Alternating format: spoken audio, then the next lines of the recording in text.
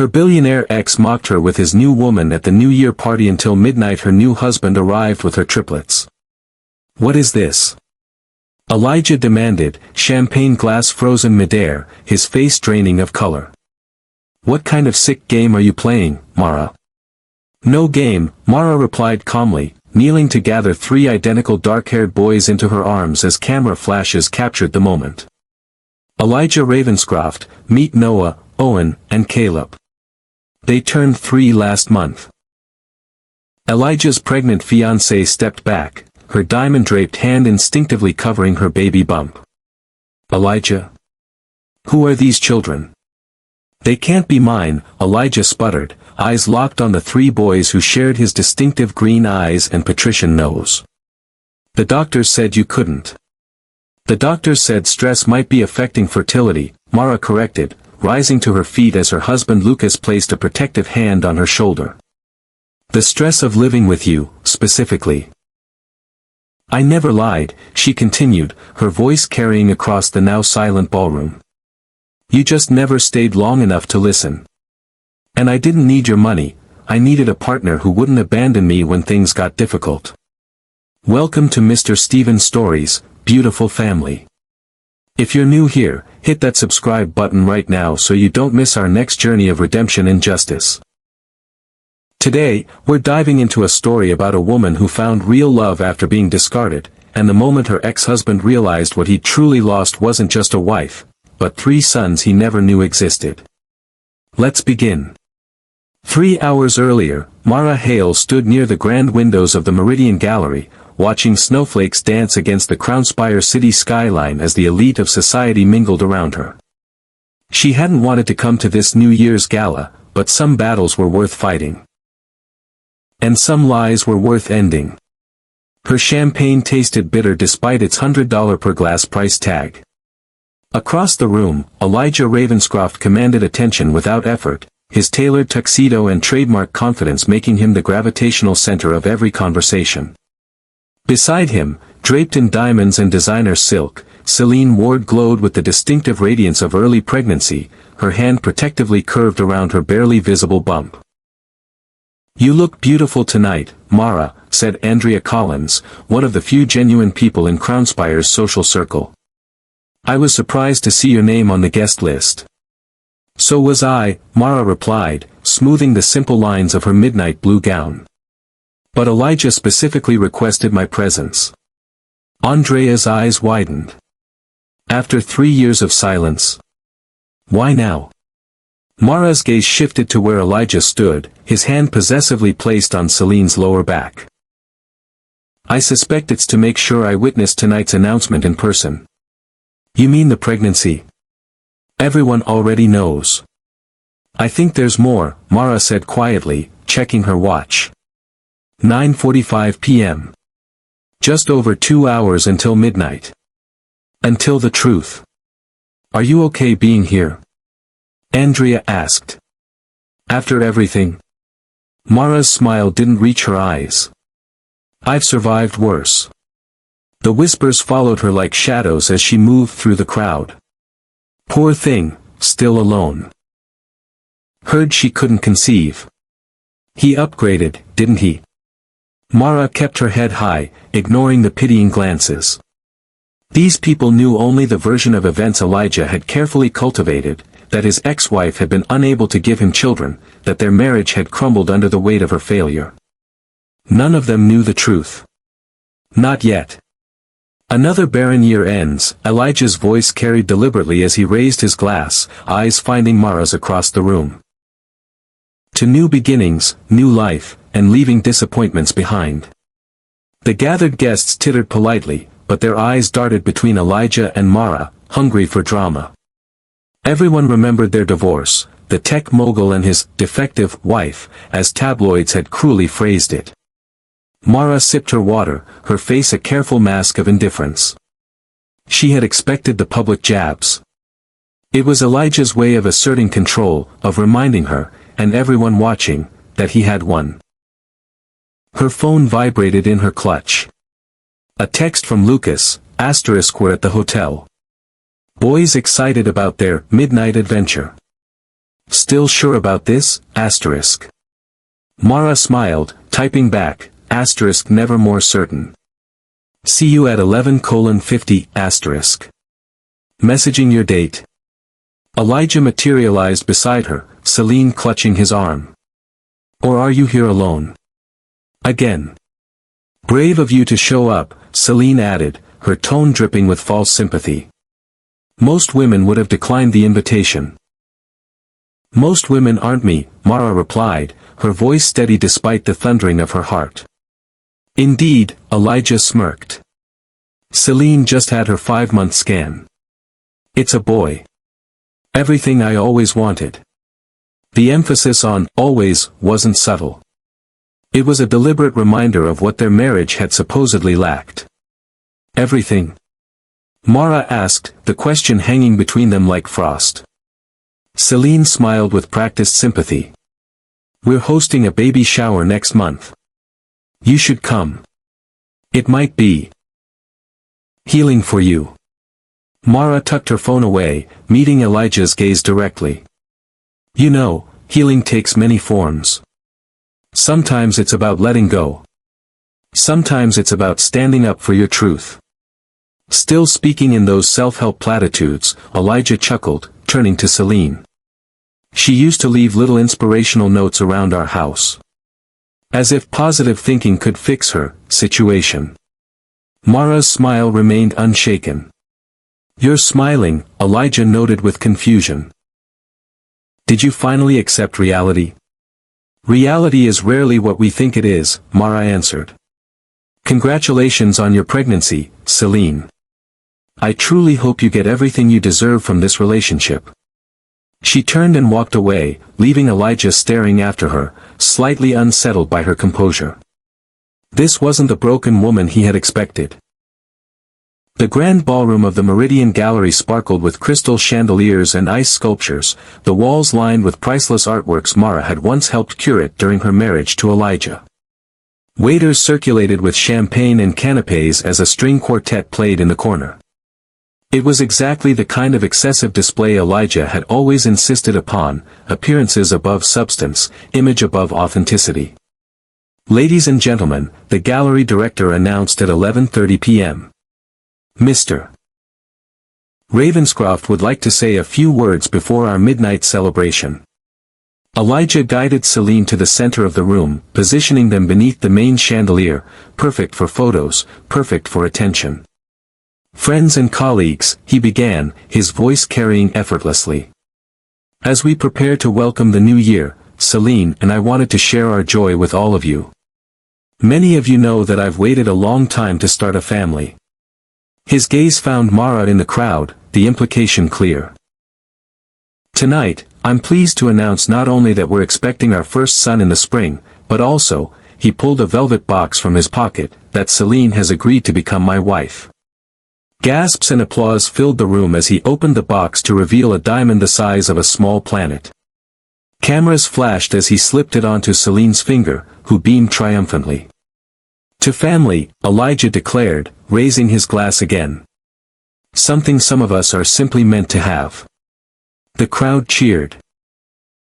Mara checked her watch again. 11:40 p.m. 10 minutes until Lucas would arrive with the boys. Her heart raced, but not from pain or jealousy. From anticipation. Andrea appeared at her side, offering a sympathetic smile. Want to slip out? We could grab a real drink somewhere else, ring in the new year without all this. She gestured to the spectacle Elijah was making. Thank you, Mara replied sincerely. But I need to stay until midnight.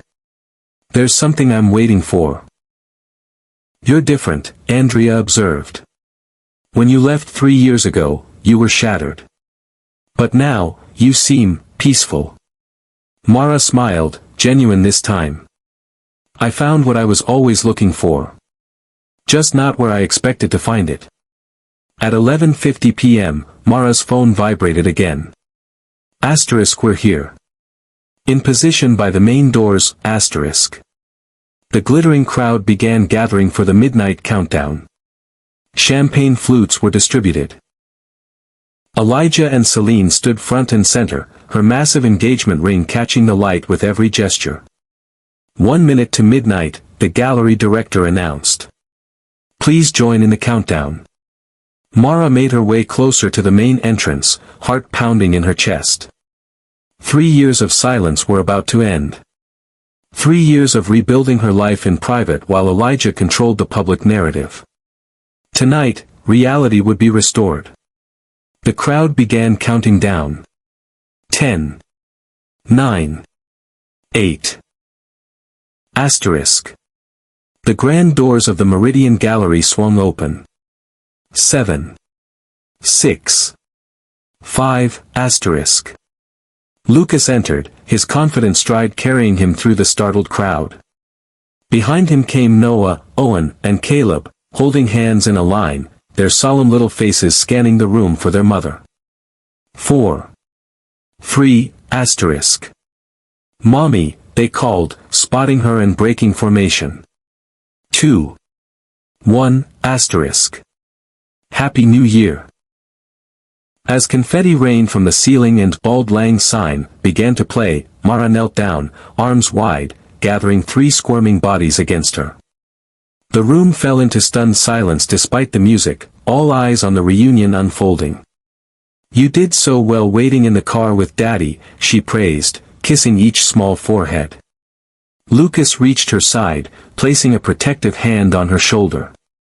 Traffic was awful, he apologized. But we made it for midnight, just like we promised. That was when Elijah pushed through the crowd, his face a mask of confusion and growing horror as he stared at the 3 boys, each unmistakably carrying his genetic stamp. What is this? He demanded, champagne glass frozen midair. What kind of sick game are you playing, Mara? No game, Mara replied calmly. Elijah Ravenscroft, meet Noah, Owen, and Caleb. They turned 3 last month. Celine stepped back, her hand instinctively covering her baby bump. Elijah? Who are these children? They can't be mine, Elijah sputtered, eyes locked on the 3 boys. The doctors said you couldn't. The doctors said stress might be affecting fertility, Mara corrected, rising to her feet. The stress of living with you, specifically. Lucas knelt beside the boys. Why don't you show Mommy what we practiced in the car? The triplets dug into their tiny pockets, producing 3 small origami stars. 1 wish for each year we've been a family, Lucas explained, standing protectively beside Mara. Elijah stepped closer, scrutinizing the children's faces. They can't be mine. You would have told me. You would have asked for money. I never lied, Mara said softly. You just never stayed long enough to listen. And I didn't need your money, I needed a partner who wouldn't abandon me when things got difficult. Has life ever handed you an unexpected plot twist that changed everything? If this story of justice and second chances is speaking to your heart, take a moment to like this video and subscribe to Mr. Steven's Stories. Every subscription helps us bring more powerful stories of redemption and triumph to our community. Now, let's go back to the beginning, to understand how Mara's journey led to this extraordinary moment of truth. Mara Hayes had met Elijah Ravenscroft 7 years earlier at a charity auction benefiting the Crownspire Museum of Contemporary Art. She was the museum's newest curator, passionate about making art accessible to everyone. He was the city's rising tech investor, already worth millions at 32, and hungry to expand his influence into the cultural sector. You speak about art differently than most curators, he told her that first night, captivated by her animated description of an emerging artist's work. They talk about provenance and technique. You talk about impact and emotion. Because that's what matters, Mara had replied. How it makes us feel, how it changes us. The rest is just academic footnotes. Elijah had laughed, a genuine laugh that reached his eyes. I think the same way about investments. Everyone focuses on quarterly projections and market analytics. I look for the human element. What problem does this solve? How does it change lives? Their courtship had been a whirlwind of private gallery viewings, impromptu flights to international art fairs, and long conversations about creating lasting legacies. Mara had fallen for his vision, his intensity, his seeming desire to make the world better through strategic support of innovation. "We could be extraordinary together," Elijah had said when he proposed 6 months later, offering a ring as precisely calculated as his investment portfolio. Impressive without being ostentatious, unique without being impractical. Your eye for meaningful beauty, my resources to support it. Think of what we could build. Their wedding had been the social event of the year. Mara had felt like a character in a fairy tale, marrying her prince in front of Crownspire's elite. The early years of marriage had indeed seemed magical. Elijah funded her community art initiatives. She brought warmth and authenticity to his corporate events. They traveled the world, collecting experiences and connections. "When do you want to start trying?" Elijah asked on their second anniversary, as they shared dessert in their penthouse overlooking the city. "Trying?" Mara had repeated. "For children," he clarified. "An heir for Ravenscroft Investments. I was thinking we'd aim for a boy first." Mara laughed, thinking he was joking. "I didn't realize we could place an order." Elijah hadn't laughed. "I'm serious, Mara. I'll be 35 next year. My father had me at 28. I'm already behind schedule." "Schedule?" The word felt cold, clinical. "Elijah, having children isn't a business milestone. It's a major life change we should both want for the right reasons." "What better reason than continuing our legacy?" he'd countered. "You'd be an incredible mother. I've seen you with your sister's kids." The conversation had ended with tentative agreement to start trying, though Mara felt uneasy about Elijah's approach: spreadsheets tracking optimal conception times, research into gender selection methods, discussions about which private schools to waitlist. Months passed without pregnancy. Elijah's enthusiasm morphed into concern, then impatience, then barely disguised accusation. "Maybe you should cut back on your work hours," he suggested after 6 months. "The stress could be affecting your cycles." "My work isn't what's stressing me," Mara had replied. "It's turning our marriage bed into a scheduled production facility." His jaw had tightened. Most women would be grateful for a husband who wants children, who plans responsibly for their future. The first doctor they consulted was kind and reassuring. "Conception takes time, even for perfectly healthy couples," she explained. "The average is 6 to 12 months of trying. Stress can definitely be a factor, so my first recommendation is to relax and enjoy the process." Elijah had switched doctors immediately. "We need someone who takes this seriously," he'd told Mara.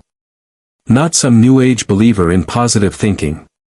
The second doctor ran comprehensive tests on both of them. "Mr. Ravenscroft, your sperm count and motility are within normal ranges, though on the lower end of average. Mrs. Ravenscroft, your hormone levels indicate high stress, which can definitely impact ovulation. I'd recommend lifestyle changes for both of you." "So it's her," Elijah had interrupted, focusing only on the part that absolved him. "There's nothing wrong with me." "That's not what I said," the doctor corrected firmly. "Fertility is a shared journey. Both partners." "We'll try something else," Elijah had said, already standing.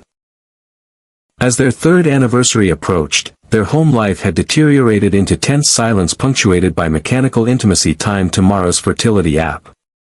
Elijah traveled more frequently for business. Mara poured herself into her community art program, creating spaces where children from underprivileged neighborhoods could experience creativity without judgment, the opposite of what her own home had become. "I've scheduled an appointment with Dr. Sheffield," Elijah announced one evening. "He specializes in high-risk pregnancies and fertility treatments. Next Tuesday, 2 p.m. Mara set down her book. "I have the opening of the children's art exhibition on Tuesday. We've been planning it for months. This is more important, Elijah replied without looking up from his tablet. Children will always make art. We're running out of time to have our own. I can't just abandon a project I've led from the beginning, Mara protested. These kids have worked for months on their pieces. I promised I'd be there. Other people's children, Elijah said coldly, finally meeting her eyes.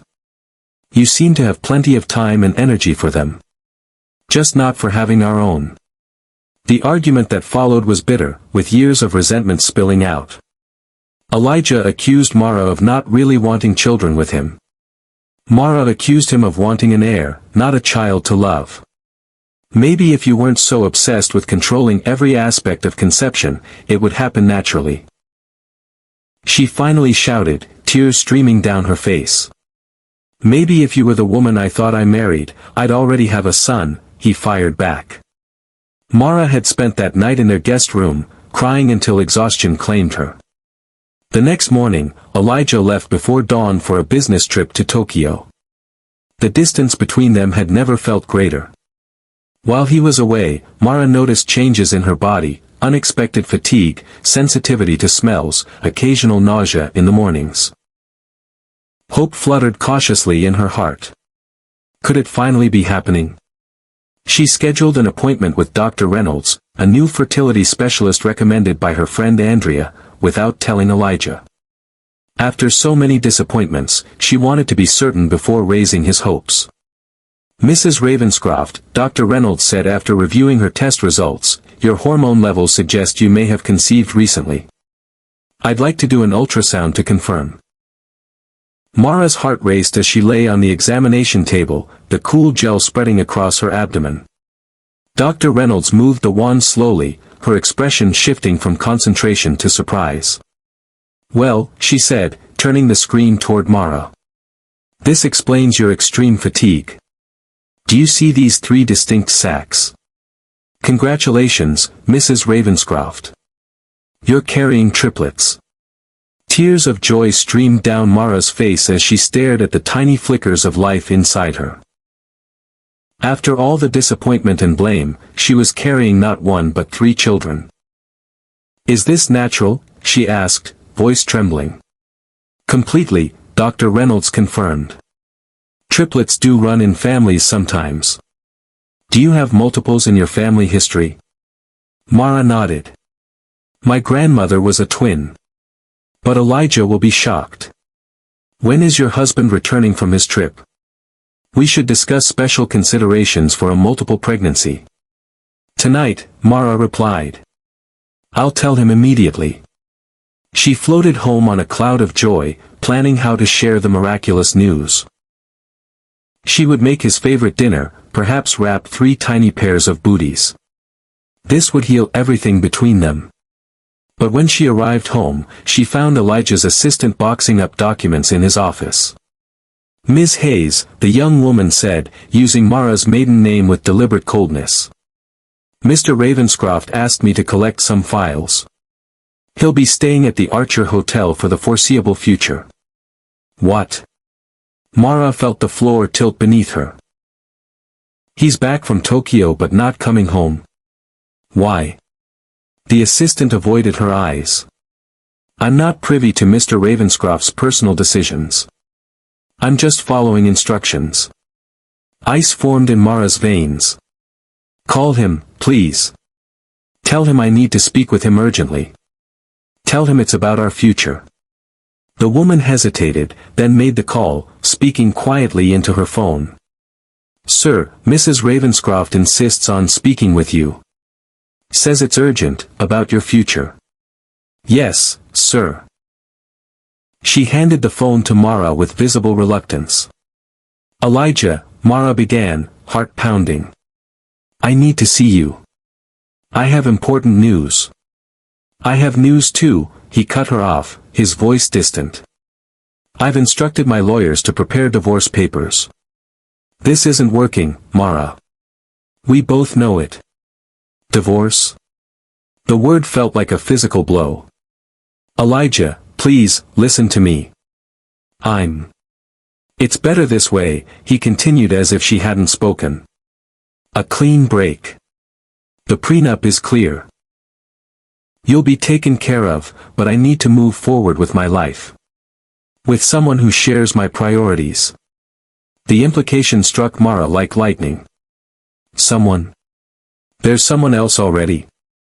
The silence on the other end was answer enough. How long? She whispered.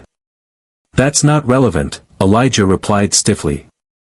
The marriage counselor was right, we want different things. You're focused on your career and community projects. I need a partner who prioritizes family. The irony was so bitter Mara almost laughed through her tears. I'm pregnant, she said, the words tumbling out before she could frame them more gently. With triplets. I just found out. The silence stretched for so long she thought the call had dropped. That's convenient, Elijah finally said, his voice laced with suspicion. Triplets. After 3 years of nothing. And just as I mentioned divorce. His implication was unmistakable. Mara felt her knees give way as she sank into a chair. You think I'm lying, she whispered. Or worse. I think the timing is suspect, he replied coldly. If you are pregnant, we'll need to verify paternity before discussing next steps. The world shattered around Mara. After years of his accusations about her fertility, after enduring his emotional abandonment, he would now question her fidelity. You don't deserve to be their father, she said quietly, tears streaming down her face. And I deserve so much better than you. She ended the call and sat in silence as the assistant continued packing Elijah's things, pretending not to have overheard the devastating conversation. 3 hours later, divorce papers arrived by courier, along with a letter from Elijah's attorney suggesting medically verified paternity testing before any amendments to the settlement. The next day, security guards arrived to escort Mara from the penthouse, allowing her to take only personal belongings. Mr. Ravenscroft has arranged a suite at the Madison Hotel for 2 weeks, the head of security informed her with uncomfortable professionalism. After that, the settlement funds should be available for you to secure new accommodations. In less than 48 hours, Mara had lost her husband, her home, and her belief in the life they had built together. All while carrying 3 new lives inside her. Life often presents us with our greatest gifts disguised as our deepest losses. If Mara's courage in the face of betrayal inspires you, tap that like button and subscribe to Mr. Stephen Stories. We share stories that remind us how resilience can transform our darkest moments into pathways to unexpected joy. Let's see how Mara rebuilt her life after everything she knew was stripped away. Alone in her hotel suite, Mara faced the shattered pieces of her life. Society columns already buzzed with rumors of the Ravenscroft separation. Her phone filled with messages from so-called friends fishing for gossip disguised as concern. The museum board sent a carefully worded email suggesting a leave of absence until her personal situation stabilized. Within a week, photos appeared online of Elijah dining with Celine Ward, the stunning VP of a rival tech firm. The narrative was quickly established, the ambitious mogul moving on from his barren wife with a vibrant new partner. Mara made one attempt to reach Elijah directly. Whatever you think of me, these children deserve to know their father, she wrote in an email, attaching the ultrasound image clearly showing 3 distinct sacs. I'm not asking for reconciliation. I'm offering you the chance to be part of their lives. His assistant replied with a template message, Mr. Ravenscroft is unavailable and has directed all communication to proceed through legal channels. The message was clear. He wanted nothing to do with her or the babies she carried. With her professional reputation in Crownspire tainted by Elijah's connections and her physical condition soon to become obvious, Mara made a decision. She would leave, not to hide in shame, but to protect herself and her unborn children from the toxic environment Elijah controlled. She remembered a small cabin in Silverpine, Washington, that her grandmother had left her years ago, a property Elijah had dismissed as worthless when she'd suggested renovating it as a weekend retreat. Now, it represented freedom and a fresh start. I'm not running away, she told Andrea over coffee, her only real friend from her former life. I'm running towards something better. For me and for them. What about financial support? Andrea asked. Elijah should be providing for his children, regardless of your marriage. Mara shook her head. The settlement gives me enough to start over. I won't beg for help from a man who accused me of lying about my pregnancy and questioned my faithfulness. He'll regret it, Andrea said fiercely. Someday he'll realize what he threw away. Maybe, Mara replied. But I won't build my life waiting for that day. 2 weeks later, Mara arrived in Silverpine, a picturesque town nestled among evergreen forests, far from the glass towers and gossip of Crownspire City. The cabin needed work. The roof leaked in one corner, the plumbing was temperamental, and the kitchen belonged to another decade, but it had good bones and breathtaking views of the mountains. It's just us now, she whispered to her growing belly as she watched sunset paint the forest in gold. And we're going to be okay. The divorce proceedings moved with remarkable speed, fueled by Elijah's wealth and connections. His legal team portrayed Mara as emotionally unstable, claiming her sudden pregnancy announcement was a desperate attempt to save their marriage.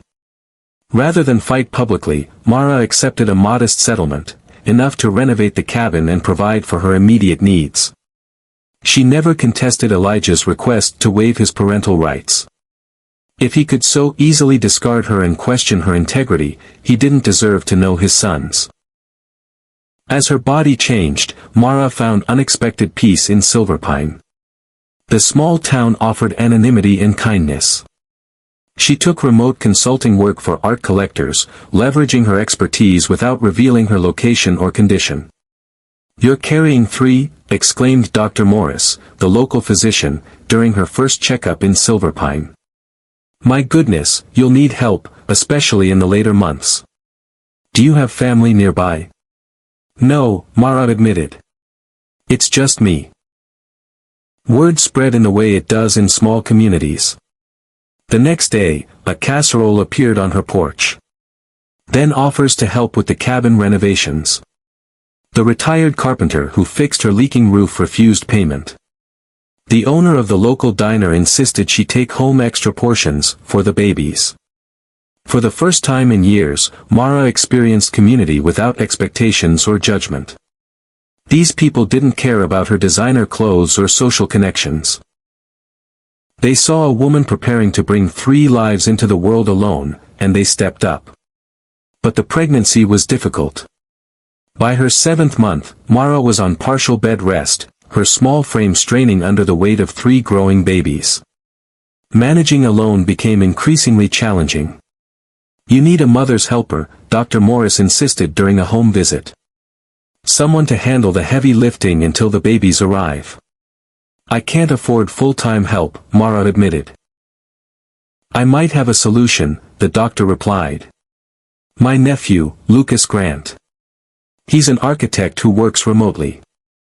Just moved back to Silverpine after years in Seattle. Good man, handy around the house. Maybe you could trade services. He helps with daily tasks, you help him understand the local real estate market for his business." Mara hesitated. The last man she had trusted had shattered her heart. But necessity overcame caution. Lucas Grant arrived at her cabin the next morning, tall and solid with kind eyes and a quiet confidence that immediately set Mara at ease. Unlike Elijah's calculating gaze that always seemed to be assessing value, Lucas looked at people with genuine interest. "Dr. Morris said you're expecting triplets," he said after introducing himself. "That's incredible. My sister has twins, so I've seen firsthand how challenging multiple births can be. What do you need help with first?" There was no pity in his voice, just practical concern. Mara found herself exhaling tension she hadn't realized she was holding. "The nursery," she admitted. "I have the cribs, but I can't assemble them anymore. And the changing table arrived yesterday, it's still in boxes." Lucas rolled up his sleeves. "Show me where everything is. We'll have it set up by dinner." True to his word, by evening, the nursery had transformed from a chaos of boxes to an organized space ready for 3 infants. Lucas had even reinforced the cribs for additional stability and installed a rocking chair by the window with the best view of the forest.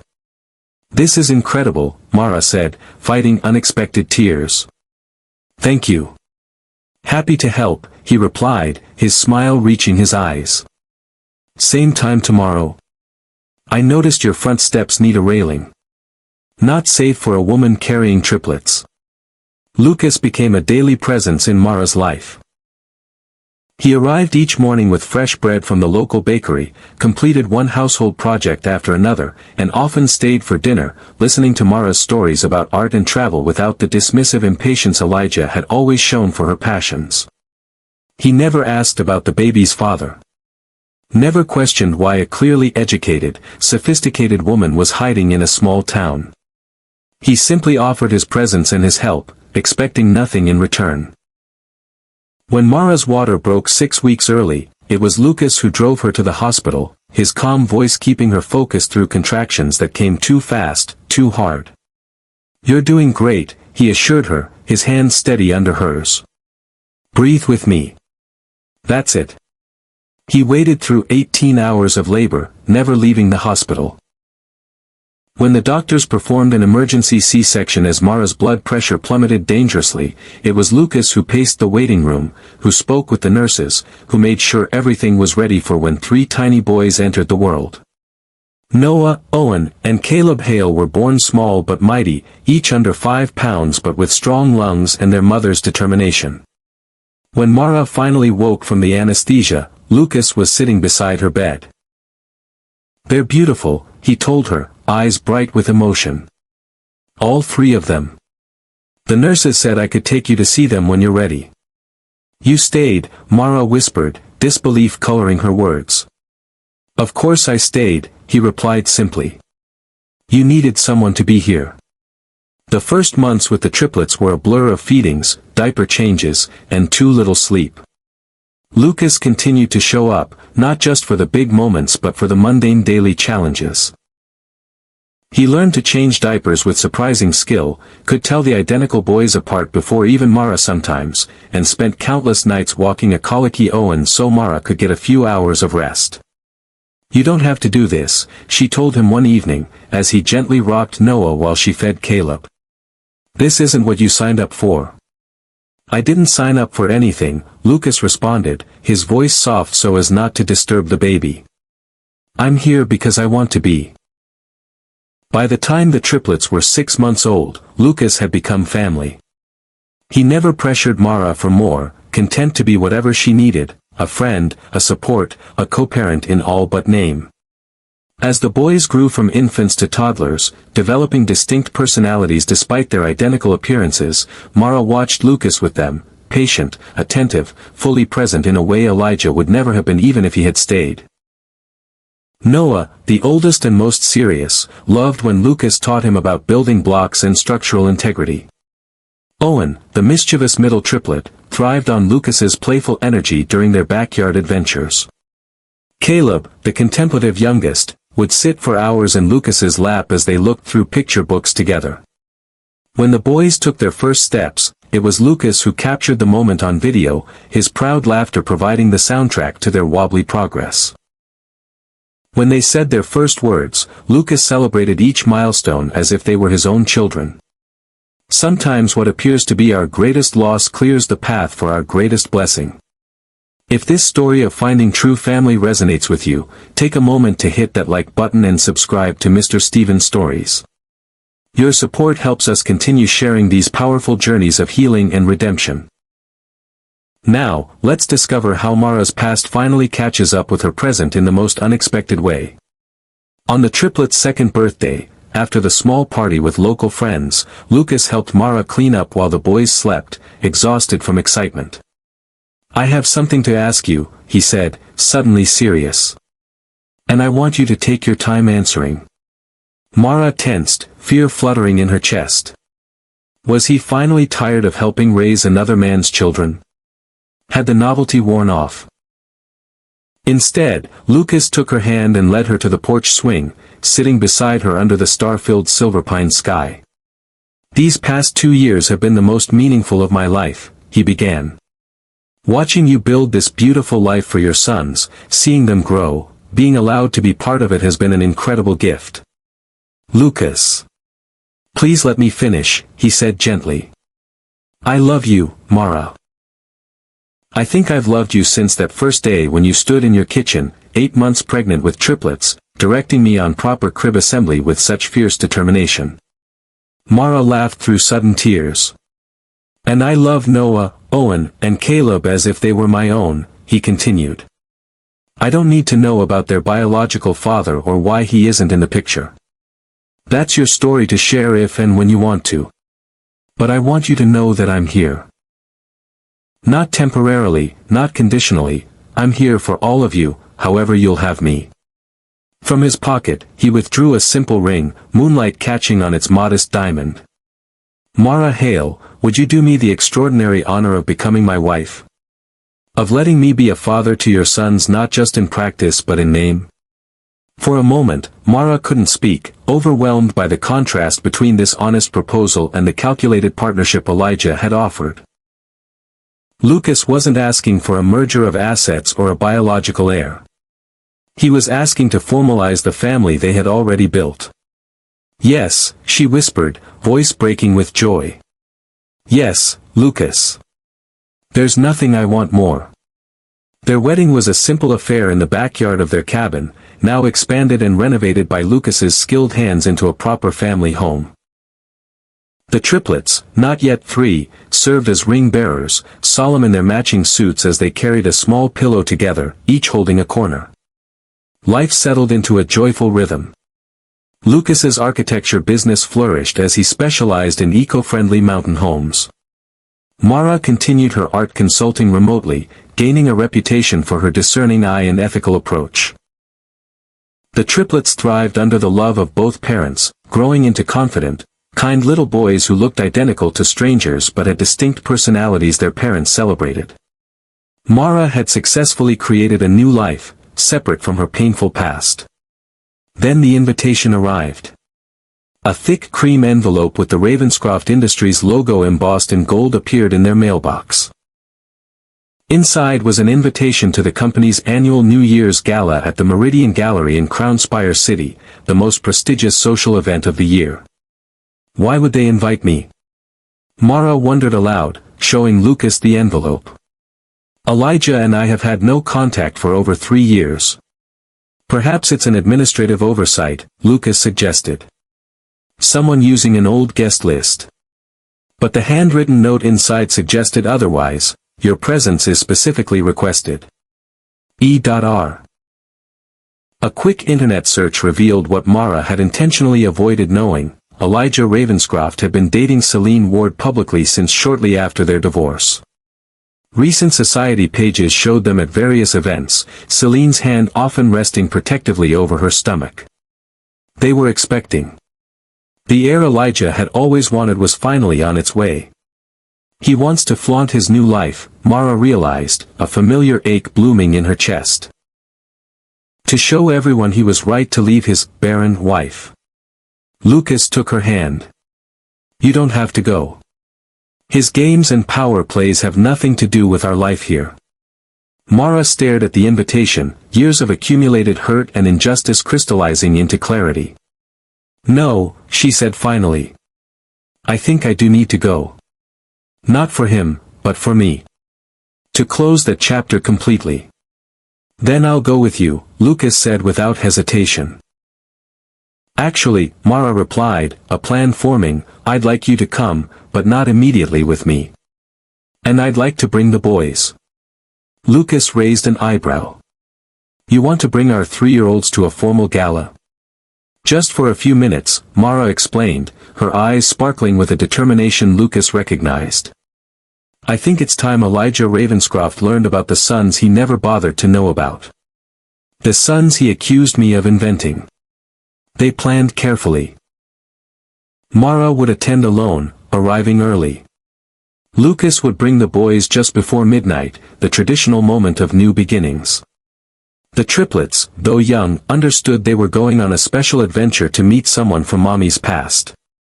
"You'll need to be on your best behavior," Mara explained as she helped them practice walking in their new suits. "Stay with Daddy until you see me, then you can come say hello." "Will the man be nice?" asked Owen, always the most perceptive of the three. Mara hesitated. "He might be surprised to see you," she answered honestly. "But that's okay. Sometimes people need to be surprised to learn important things." Which brings us back to that fateful New Year's Eve at the Meridian Gallery, where Elijah's carefully constructed world was about to collide with the truth he had dismissed 3 years earlier. "They can't be mine," Elijah insisted, though his voice lacked conviction as he stared at 3 faces that mirrored his own. "You would have told me before now. You would have asked for money." "I never lied," Mara repeated calmly. "You just never stayed long enough to listen. And I didn't need your money, I needed a partner who wouldn't abandon me when things got difficult." Lucas knelt beside the boys. "Why don't you show Mommy what we practiced in the car?" The triplets dug into their tiny pockets, producing 3 small origami stars. "One wish for each year we've been a family," Lucas explained, standing to wrap a protective arm around Mara's waist. Elijah stepped closer, scrutinizing the children's faces with growing horror and recognition. The gallery had gone eerily quiet, the wealthy crowd abandoning all pretense of not eavesdropping. 3 children, Celine whispered, her voice cutting through the tension. "You're the father of 3 children you never knew about." Elijah ignored her, his eyes locked on Mara. "Why now? After all this time? What do you want?" "Nothing from you," Mara replied. "I didn't come for drama or money or revenge. I came because living with secrets is exhausting, and my sons deserve the truth about their origins, even if that truth is complicated." Owen, always the most socially perceptive of the triplets, tugged at Lucas's hand. "Daddy, is that man angry at Mommy?" The word "daddy" landed like a physical blow to Elijah's ego. He looked between the boys and Lucas, comprehension dawning. "You've replaced me," he said to Mara, accusation sharp in his tone. "You've let another man raise my sons." Lucas stepped forward, his voice calm but firm. "No one replaced you, Mr. Ravenscroft. You were never there to begin with. I didn't take your place, I simply filled a vacancy you created and never attempted to occupy." The crowd murmured, several guests nodding in agreement. Elijah Ravenscroft, master of public perception, was losing this very public battle for sympathy. "We'll need DNA tests," he announced loudly, recovering his composure. "And discussions about custody arrangements. They're Ravenscroft's. They belong in my home, with my name." "Tests won't be necessary," Mara replied. "I've never denied your biological connection. But biology isn't what makes a father." 3 years of midnight fevers, first steps, skinned knees, and bedtime stories, that's what creates the right to call yourself a parent. Noah, the most protective of his siblings, moved closer to Lucas, slipping a small hand into his. The gesture wasn't lost on anyone watching. "You can't just leave," Elijah hissed, awareness of their audience keeping his voice low. "We need to discuss this, arrange meetings. I'm an art consultant now, not your employee." "You don't set my schedule anymore," Mara replied. "My lawyer will contact yours if you're genuinely interested in establishing a relationship with your sons. But know this, Lucas is the only father they've ever known. Biology doesn't make a parent. Presence does." She looked around at the gathered crowd, meeting the eyes of those who had whispered about her, pitied her, judged her for being barren and then discarded. "For years, people in this room have discussed my fertility as if it were appropriate dinner conversation," she said, her voice clear and steady. "The truth is, I was never the problem. The problem was being married to someone who treated children as acquisitions rather than blessings, who was too self-absorbed to notice when his wife was carrying not 1 but 3 of his sons." Celine took a step back from Elijah, doubt clouding her perfect features. You told me she couldn't have children, she said quietly. You said the doctors confirmed it was her issue. It's more complicated than that, Elijah replied dismissively. We'll discuss it later. But the damage was done. The cracks in his carefully constructed narrative were visible to everyone, including his pregnant fiancée. Thank you for joining us on this journey of redemption and true family. If Mara's story has touched your heart or reminded you that sometimes our greatest blessings come after our deepest losses, please take a moment to like, subscribe, and share with someone who might need this message today. At Mr. Stevens Stories, we believe in the power of resilience and the beauty of finding love where you least expect it. Now, let's see how this confrontation changes everything for both families. Lucas checked his watch. It's well past the boys' bedtime, he said gently to Mara. We should get them back to the hotel. She nodded, grateful for his steady presence.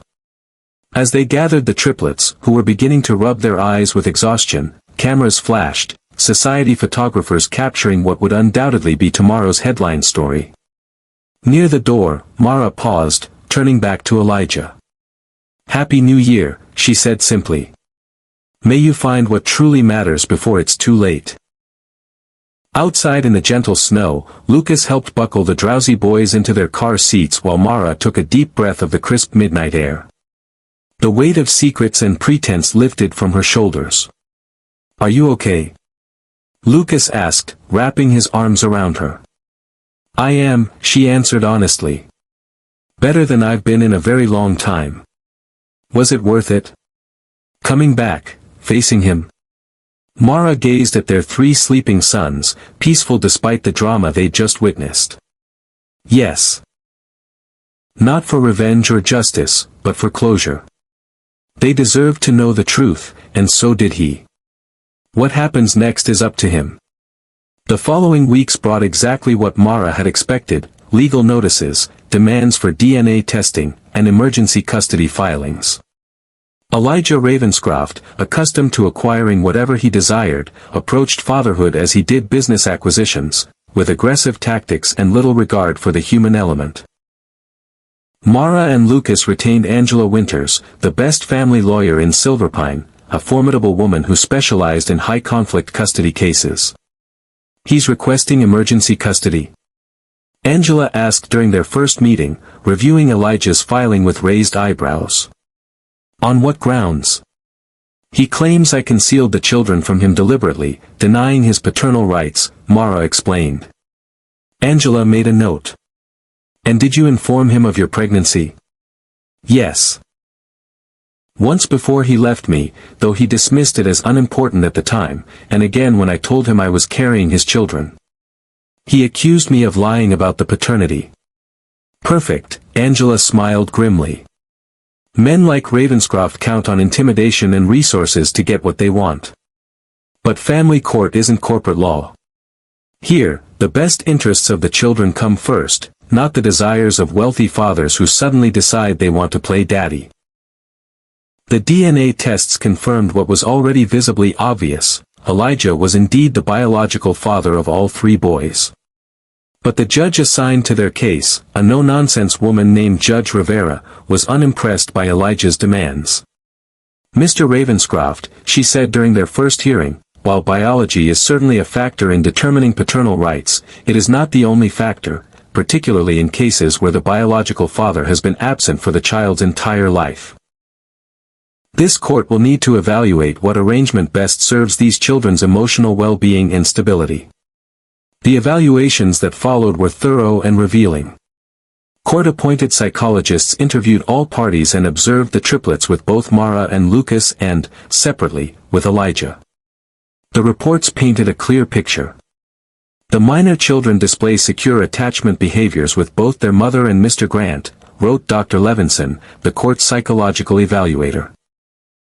They identify Mr. Grant as daddy and demonstrate comfort seeking his attention and protection. In contrast, during supervised interactions with Mr. Ravenscroft, the children displayed anxiety and reluctance to engage, consistent with their developmental understanding of him as a stranger despite biological connection. Testimony from the triplets' preschool teachers, pediatrician, and neighbors all confirmed the same reality. Lucas Grant had been a consistent, loving presence in their lives since before their birth. He attended parent-teacher conferences, medical appointments, knew their preferences and fears, had taught them to ride tricycles and tie their shoes. Elijah, when questioned about basic information regarding his sons, could not name their favorite foods, bedtime routines, or allergies. His proposed custody plan involved hiring a full-time nanny and enrolling the boys in an exclusive preschool in Crown Spire City, completely disrupting the only life they had known. The final hearing was held at the Riverside Family Court on a rainy spring afternoon. Mara and Lucas sat with their lawyer, calm and prepared. Across the aisle, Elijah sat alone. Tabloids had recently reported his split from Celine following the New Year's revelation. After reviewing all evidence and evaluations, Judge Rivera announced, "This court finds that disrupting the minor children's established living situation would cause significant emotional harm. Therefore, physical custody shall remain with Ms. Hale and Mr. Grant." Elijah's face darkened with anger. Mr. Ravenscroft will be granted supervised visitation, to increase in duration as the children become more comfortable. Additionally, the court recognizes Mr. Grant's psychological role as the children's father and grants his petition to legally adopt the children, with the biological father maintaining visitation rights. The judge looked directly at Elijah. "Mr. Ravenscroft, this court acknowledges your biological connection to these children. However, fatherhood is earned through presence, not DNA. Should you choose to become a consistent, positive presence in their lives, this arrangement may be revisited in the future." Outside the courthouse, rain had given way to tentative sunshine. Mara stood with Lucas, relief washing over them both. "It's over," she whispered. "They're safe." Lucas squeezed her hand. "They always were. You made sure of that from the beginning." As they walked to their car, Elijah approached, his usual confidence diminished by the court's decision. "This isn't how I wanted this to go," he said, stopping several feet away. "I just wanted to claim what's mine." "That's always been your problem," Mara replied without anger. "You see people as possessions, including our sons. Until that changes, you'll never be the father they deserve." "I've lost everything," Elijah admitted, surprising them with his candor. Celine left.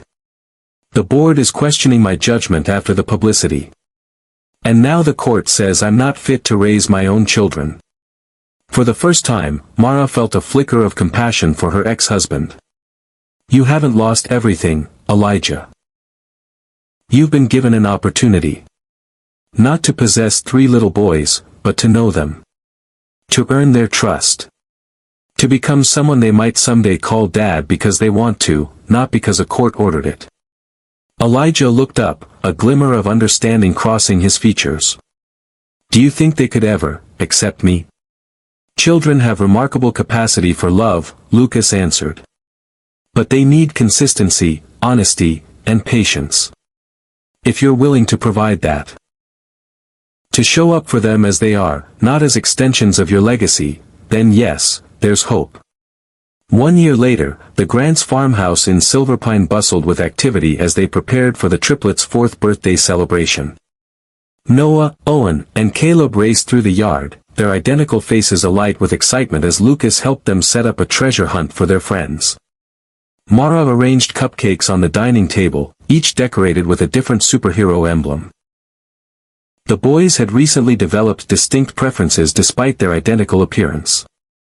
"Need help?" asked a now familiar voice from the doorway. Elijah stood with a stack of wrapped presents, dressed casually in jeans and a sweater, a far cry from his once perpetual business attire.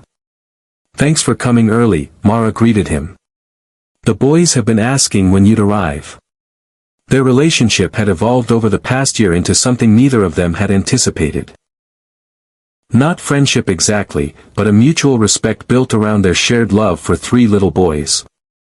Elijah's initial supervised visits had been awkward, but his persistence had gradually won over the triplets, who now looked forward to their weekends with him every month.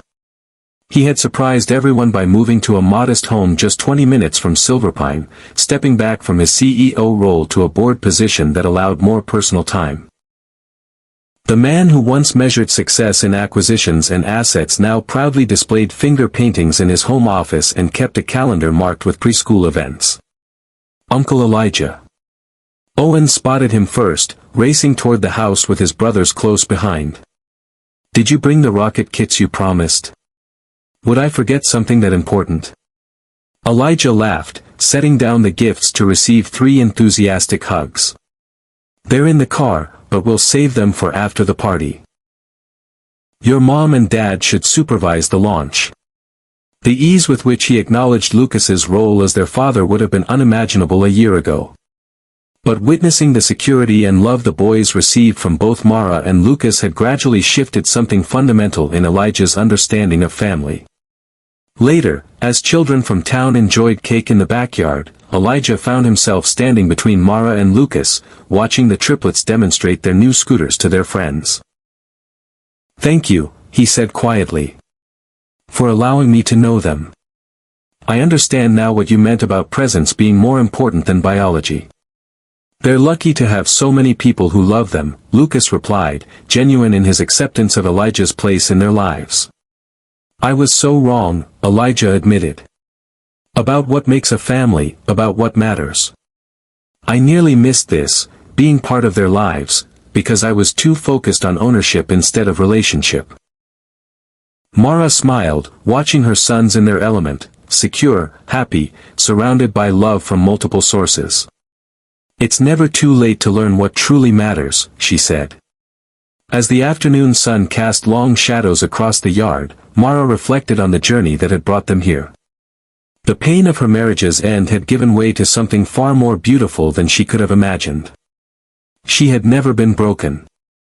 She had just been in the wrong place, loving the wrong man.